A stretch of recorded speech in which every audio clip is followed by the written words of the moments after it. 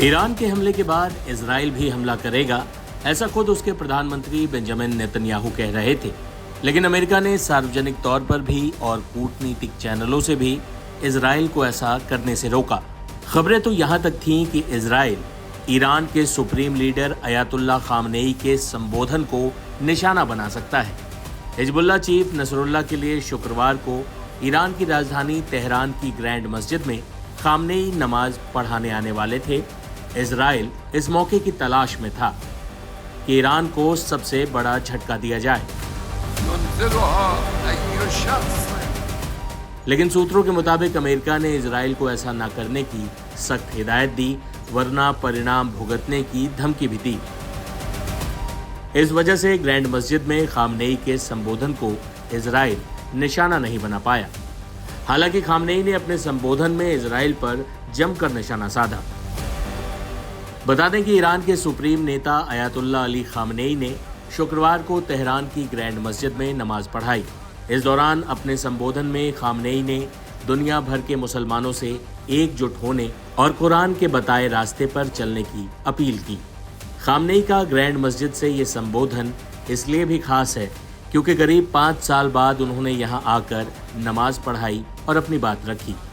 इससे पहले जनवरी 2020 में वो मस्जिद में जुमे की नमाज पढ़ाने आए थे। इजराइल के लेबनान में हमले के बाद खामनेई के बंकर में पनाह लेने की बात सामने आई थी। इस हमले के बाद वो पहली बार सार्वजनिक तौर पर दिखे हैं। अपने संबोधन में उन्होंने क्या कहा, सुनिए।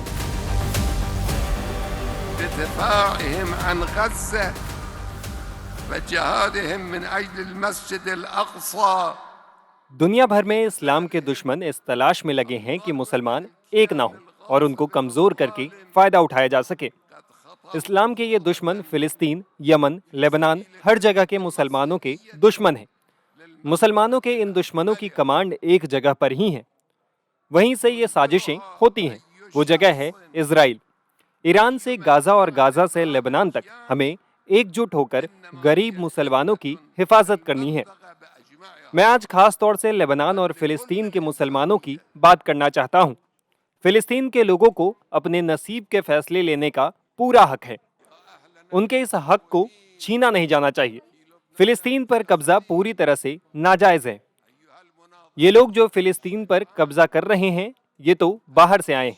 फिलिस्तीन और लेबनान के मुसलमानों पर जुल्म हो रहा है और ईरान इस नाजुक मौके पर लेबनान और फिलिस्तीन के लोगों के साथ खड़ा है। ईरान अपने मुस्लिम भाइयों के साथ खड़ा है। ईरान लेबनान और फिलिस्तीन के लिए सब कुछ करेगा।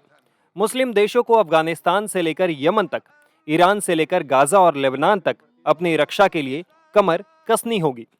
ईरान हिजबुल्लाह के साथ है। इजराइल को ईरान ने सही जवाब दिया है।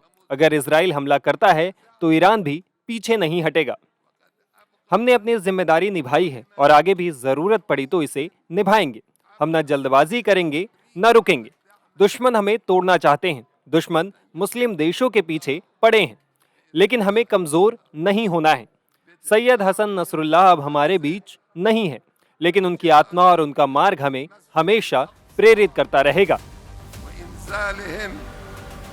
सेंट्रल तेहरान की ग्रैंड मस्जिद में हजारों समर्थकों को संबोधित करते हुए खामनेई ने 7 अक्टूबर को हमास द्वारा इजराइल में हुए हमले को सही कदम बताया।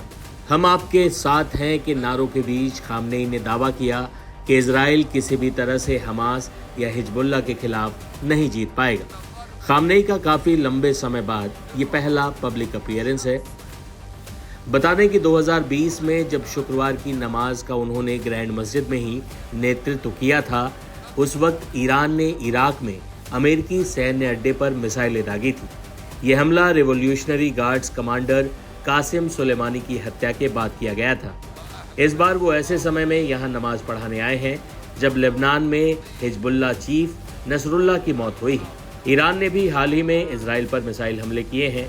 ऐसे में सबको पता था कि अगर ईरान के सर्वोच्च नेता के कार्यक्रम पर हमला होता है तो तमाम मुस्लिम मुल्क इजराइल के खिलाफ जंग छेड़ सकते हैं।